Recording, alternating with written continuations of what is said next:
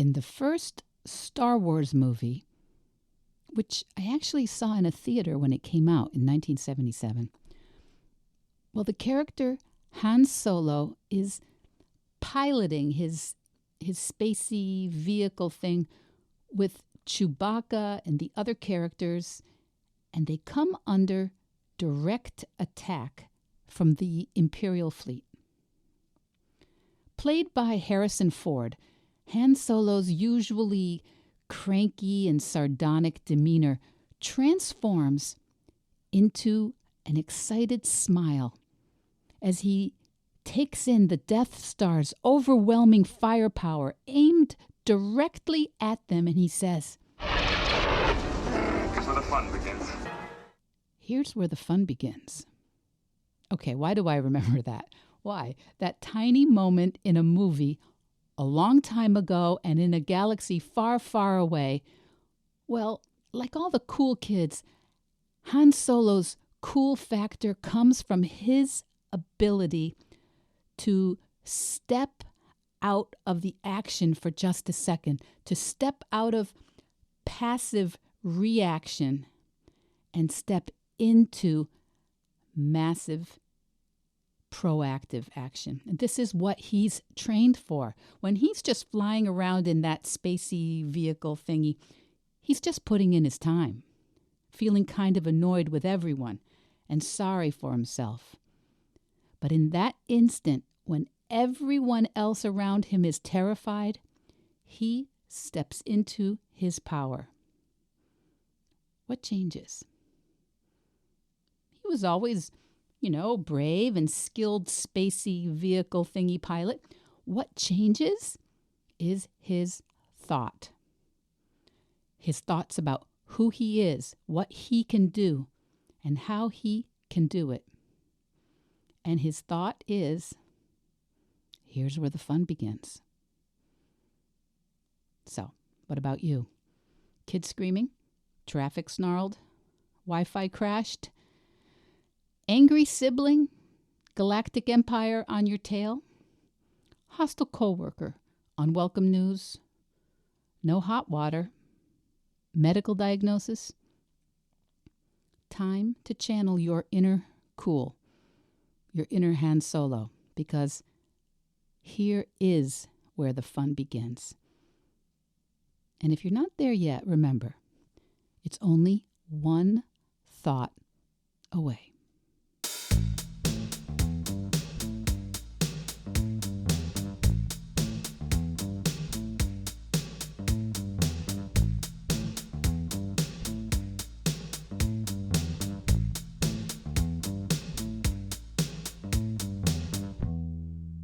Hello, Vedge Heads and Vedge Your Besties.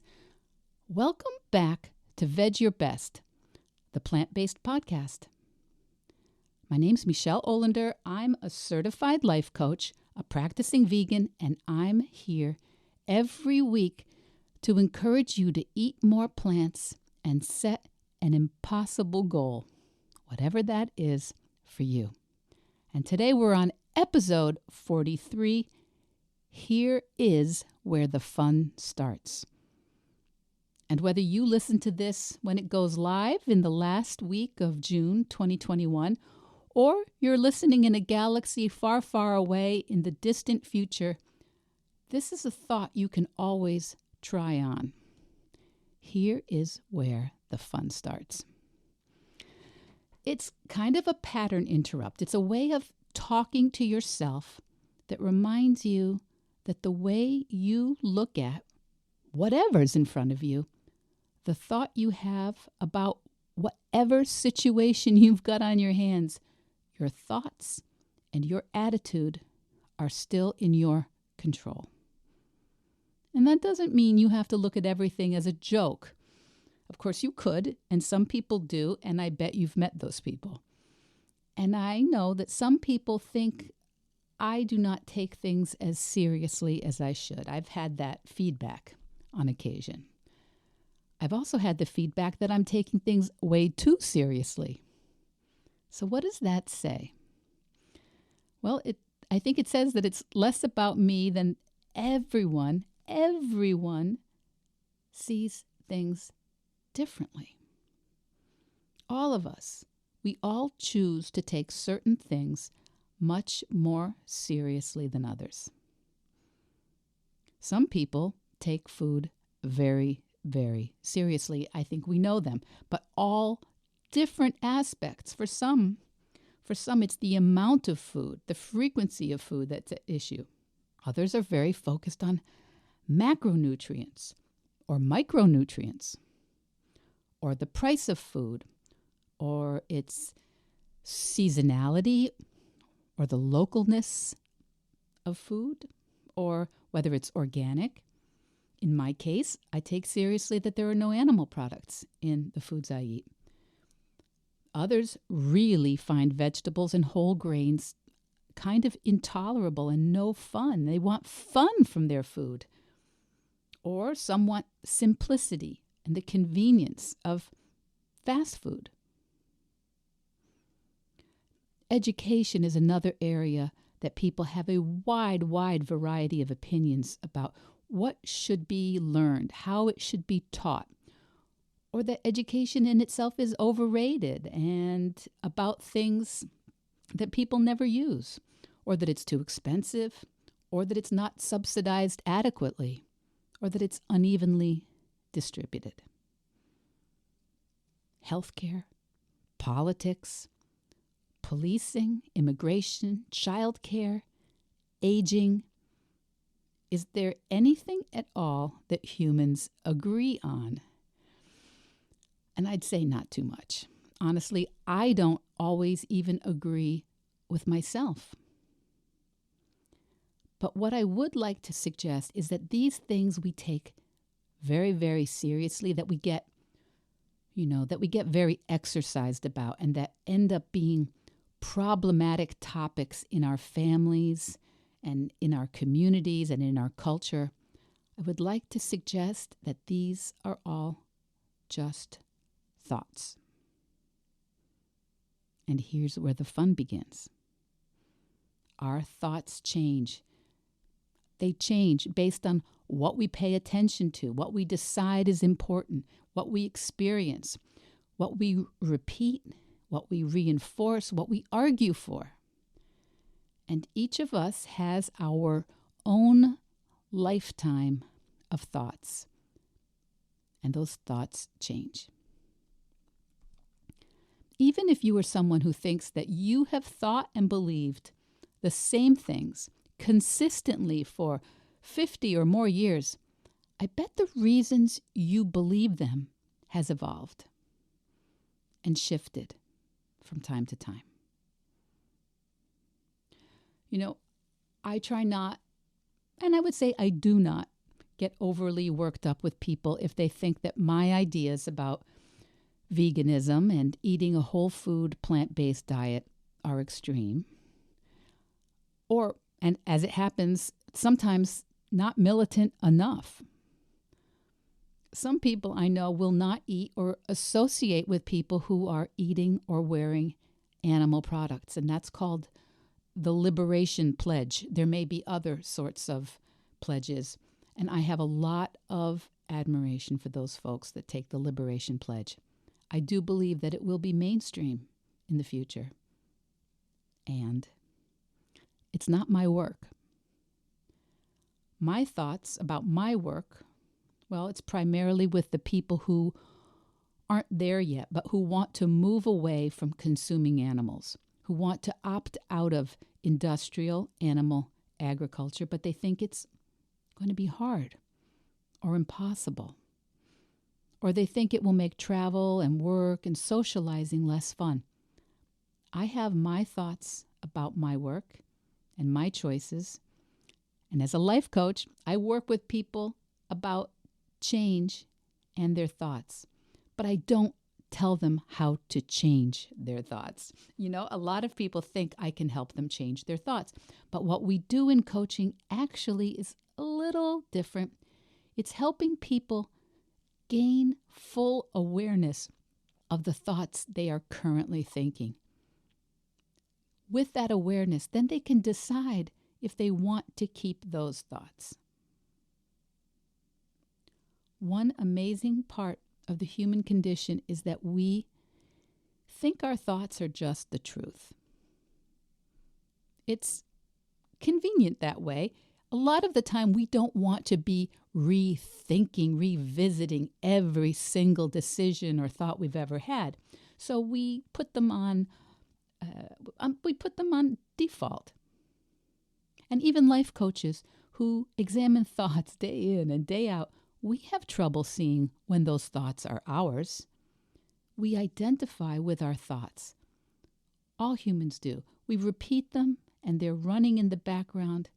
And lots of the time, it can be perfect that way. Until it isn't. You know, I have thoughts that people should be respectful to each other, even when they don't agree or don't particularly like each other. I don't necessarily want to get rid of that thought. I like that thought so far, at least as far as it pertains to me. But it isn't that simple, really, is it? Because there are people, well-intentioned, fine people, who do not think that they should have to be respectful to other people who are racist or sexist or people who have hurt them or people who abuse animals. And when I get caught up in my head of what other people should be doing and in what circumstances certain things should be allowed, even though it comes from a nice place in my head, well, things get messy. They get messy fast. I get to think whatever I want from me. But when I get caught up in thinking about what other people should be thinking is right or is good or what actions they should be taking, well, I can forget that those are just my thoughts. I can start to think and feel and act like, no, that's just true. True for everyone. But by keeping a little awareness that my thoughts are just not true for everyone else, I can step into my inner Han Solo when the galactic empire acts up from time to time and has me in its crosshairs. Okay, not Han Solo. Any of our cultural heroes, they do not waste time thinking, wow, those people shouldn't be like that, right? They don't think, oh, that situation, that illness, that legislation, that sibling, that virus, that thought leader shouldn't be doing that. That's not nice. That's not fair. That's not accurate. That's not just. That's not how it should be. Right? They think about what's in their control. Remember last week? They control the controllables. They think about how they can be the person they want to be, rather than waste time and energy judging how others are thinking. We can think about the person we want to be, rather than waste time judging how others are being. You and I, all of us, we can move into action, and we can protect, and we can teach, and we can communicate, we can learn, we can listen, we can get involved, and we can be what we think others should be. And we can think, I don't like what I'm seeing. Here's where the fun begins. What if you and I thought that every time we really thought things were not going the right way, not going the way we would have chosen, we thought that. Here's where the fun begins. It's a thought that can give us a little tiny bit of distance. It can remind us that we are the character in this hero's journey. Here's where the fun begins. It's a reminder that in the human experience, we always have the final control of what we decide to make our lives and our experiences mean. There are chapters in our lives. There are scenes in our lives. We don't get out of this human experience without some twists and turns, some attacks, and maybe some car chases and angry exchanges, broken hearts, careless words, actions that were based on incorrect or insufficient information. That's our journey. Coach Kara Lowenthal teaches a similar concept, and she calls it, this is the part where. This is the part where. It's a cognitive interrupt we can use when we are really getting sucked into an emotional experience and we're losing perspective. This is the part where.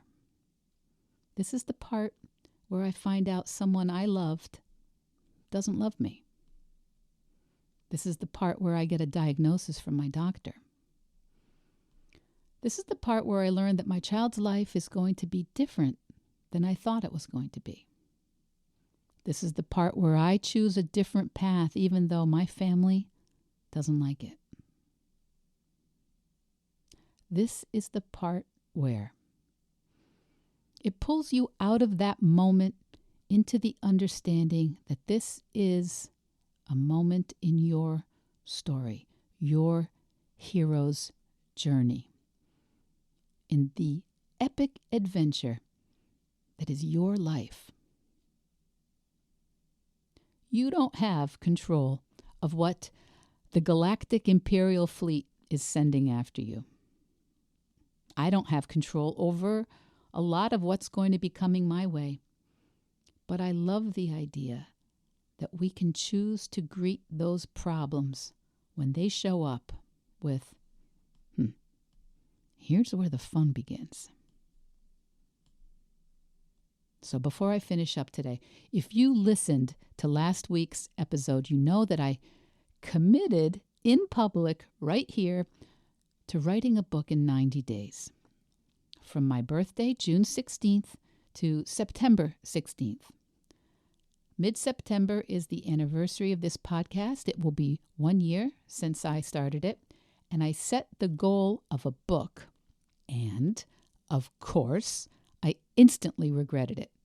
Regretted it the minute I uploaded the episode. What the heck was I thinking? But you know what? Here's where the fun begins. And a couple of you have messaged me privately that you are working on a 90-day goal along with me, which is so exciting. And if I was the catalyst that brought that up for you or got you to think that today's the day to commit to it, I am so, so pleased. And if you contact me and share your goal with me, it can be private or public, up to you. But if you share your goal with me, I'll support you with some coaching along the way. So you can email me at info@micheleolendercoaching.com or message me on Facebook or Instagram at Vedge Your Best, and the links are all in the show notes. So as a little update, for the first 2 weeks, my minimum baseline is to log into my Google document and write one sentence. And I know I'm not going to finish a book that way, but right now my goal is to establish the firm habit. So my baseline, my minimum baseline is log in and write one sentence every day. And even with that minimal baseline, I have written about 7,000 words. Yes, it's mostly in a kind of chaotic pre-writing form, bullet points, some ideas, but I have not written a lot every day, sometimes only a couple of sentences. And last night it was after 9 p.m. and I was getting ready to go to bed, and I realized that I'd completely forgotten to even do my minimum baseline yesterday. I had not even logged into the Google Doc or written one sentence. So last night, that is all I did. Log in, one sentence. One of my favorite coaches, who I've mentioned here on the podcast before, Elizabeth Salazar, says that the reason more people do not reach their goals is that they forget what their goals are. And that is so true. How many of us, me included, we've set a goal and then we just forget to show up and do it? So I'm thinking that going public in front of all of you will be a big reminder for me that my goal is a book by September 16, 2021. And yes, it will be about moving towards a vegan lifestyle, and I will give at least a short update in every episode. So, okay, whatever you've got facing you this week, I'm on your side. You're here and you've got this. Here's where the fun begins. Vedge Your Best podcast production, music, and editing by Charlie Weinshank. Thanks, Charlie. Before you go, it would mean so much to me and the Vedge Your Best team if you would hit subscribe, leave us a 5-star review, or share with someone you think might be interested. Something about algorithms, it helps bump us up a little in the rankings, and that's the best way to help others find the podcast and for us to find our audience. So, until next week, make it easy and veg your best.